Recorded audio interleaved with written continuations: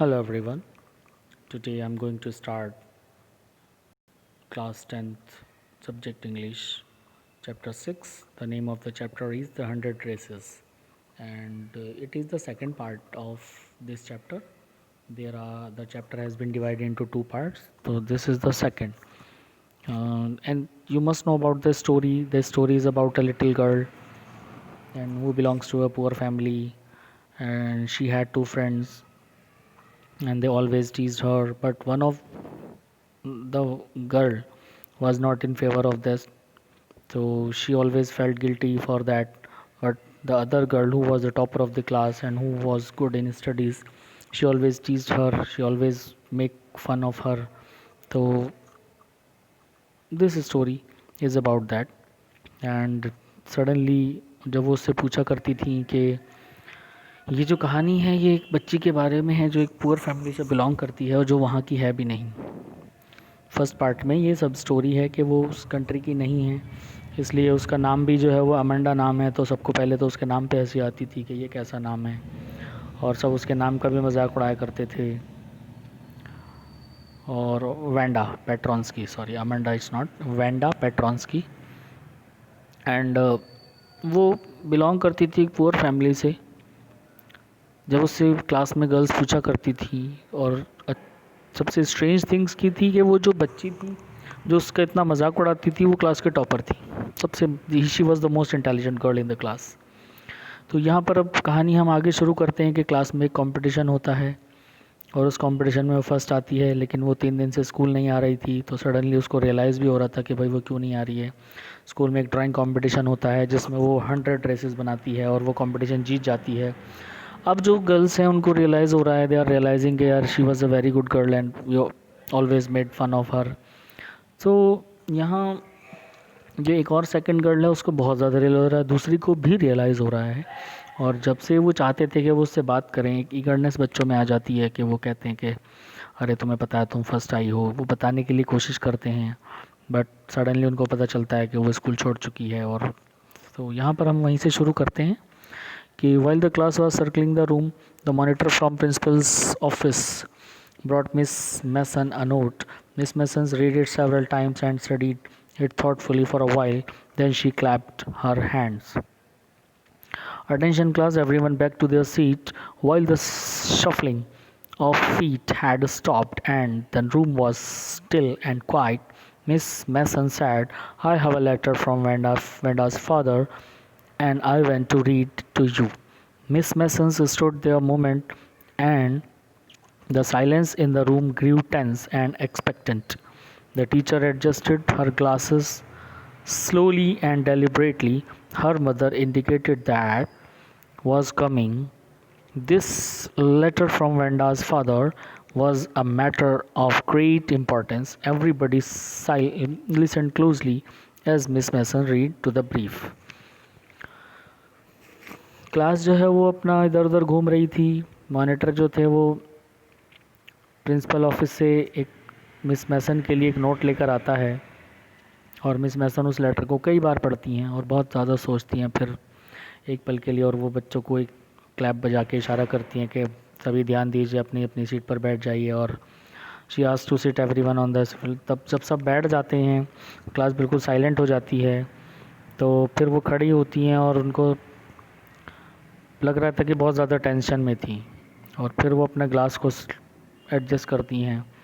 फिर जो है उनके जो मैनर्स थे उससे साफ पता चल रहा था कि कुछ ना कुछ इम्पोर्टेंट तो है। तो एवरीवन लिसन क्लोजली। तो she started reading the letter. Dear teacher, my Vanta will not come to your school anymore. Jack also. Jack was Vanda's brother. Now we move away to big city. No more holler Polak. No more ask why funny names. Plenty of funny names in the big city. Yours truly, Jan Petronsky. तो जाहिर सी बात है कि वो अपने घर पे बताती होगी अपने पेरेंट्स को कि कैसे उसके नाम का मजाक उड़ाया जाता है, और तो उसको उसके बच्चे बेटे का भी और उसका भी नाम मजाक बनाते थे। तो वो कहता है कि मैं, मेरी बेटी वैंडा और जो जैक है वो अभी स्कूल नहीं आएंगे, हम लोग बड़े शहर मूव कर गए हैं और वहाँ पर जो है वो अब उसको कोई पॉलक नहीं बोलेगा, हॉलर कोई जो है वो उसके फ़नी नेम्स का मजाक नहीं उड़ाएगा, क्योंकि वहाँ पर ऐसे नाम बहुत हैं। तो पूरी class a deep silent met with the reading of this letter. इसके बाद पूरी क्लास में एक शांति सन्नाटा छा जाता है।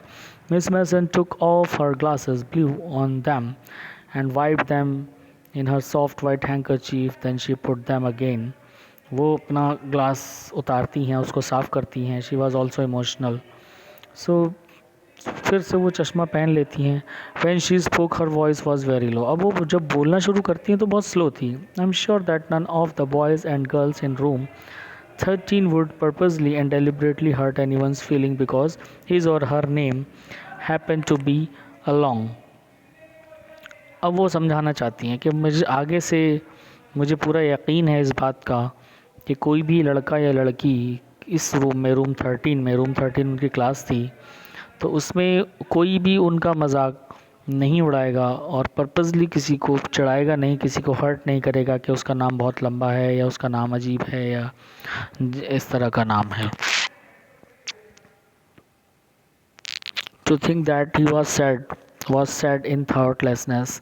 I know that all of you feel the way I do, that this is a very unfortunate thing to have happened, unfortunate and sad both, and I want you all to think about it. Of course, the teacher was so sad, and she was thinking, and she knows it very well what all the students are thinking. सबको realise हो रहा था, सबको अफसोस था। तो और वो ये कहती हैं कि बड़ा अफसोस की बात है कि अनफॉर्चुनेट है ये कि हम किसी का नाम से उसको बुलाएं और आगे से कोशिश करो। ये अनफॉर्चुनेट एंड सैड, दुख की भी बात है और बड़ी बदकिस्मत की भी बात है। So the first period was a study period. Maggie tried to prepare her lesson, but she could not put her mind on her work. She had a very sick feeling in the bottom of her stomach. True, she said she had not enjoyed listening to Peggy ask Wanda how many dresses she had in her closet, but she had said nothing. She had stood by silently, and that was just as bad as what Peggy had done. Worse, she was a coward. At least Peggy's hadn't considered they were being mean, but she, Maggie, had thought they were doing wrong. She could not. She could put yourself in Vanda's shoes. तो ये जो first period था obviously वो पढ़ाई का था और Maddie जो है कोशिश करती है कि अपने लेसन प्रिपेयर करे, लेकिन उस दिन वो कर नहीं पा रही थी। उसका माइंड जो है वो काम नहीं कर पा रहा था और उसके दिमाग में, उसके दिल में बहुत ज़्यादा फीलिंग आ रही थी। उसके स्टमक में बॉटम से लेके ऊपर से नीचे तक वो एक ही चीज़ सोच रही थी। और उस दिन वो पैगी की, क्योंकि वो जो थी वो कभी पैगी की ये बातें नहीं सुनती थी, वो कभी इन्जॉय नहीं करती थी। मैडी जो है उसको वैंडा को जब चढ़ाया जाता था उसके ड्रेसेस को लेके कि उसके क्लोजेट में कितनी ड्रेसेस रखी हैं, उसने कभी ये इन्जॉय नहीं किया। वो चुपचाप खड़ी रहती थी और उसको मालूम था कि वो बुरा हो रहा है उसके साथ, जो उसको उसके साथ चढ़ाया करती थी उसको पैगी, तो पैगी उसका ज़्यादा फ़न उड़ाया करती थी। लेकिन इम्पॉर्टेंट चीज़ क्या थी कि उसने कभी उसका अपोज़ नहीं किया। तो मतलब वो ख़ुद को आज कावड़ समझ रही है कि यार मैंने कभी उसको मना नहीं कर पाई, तो मैं एक बहुत बड़ी कायर निकली। और उसको बुरा तो लगता था लेकिन वो कभी कह नहीं पाई, दे वर डूइंग रॉन्ग। सो यहाँ पर उसको रियलाइज़ हो रहा है कि वो ख़ुद को रख के देख रही थी वैंडा के शूज़ में कि यार ये मेरे साथ होने लगा तो क्या होगा, मुझे कैसा फील होगा। So goodness wasn't there anything she could do. अब वो क्या कर सकती थी, कुछ समझ ही नहीं आ रहा था। If only she could tell Wanda she hadn't mean to hurt her feelings. उसको ये लगता है कि I should go and tell to Wanda that कि यार मुझे हमेशा से फील होता था कि तुम्हारे साथ गलत हो रहा है। तो वो she want to do everything right, वो अच्छा करना चाहती थी सारी चीज़ों को। She turn around and stole a glance at Peggy, but Peggy did not look up. वो चाहती थी हमेशा और पैगी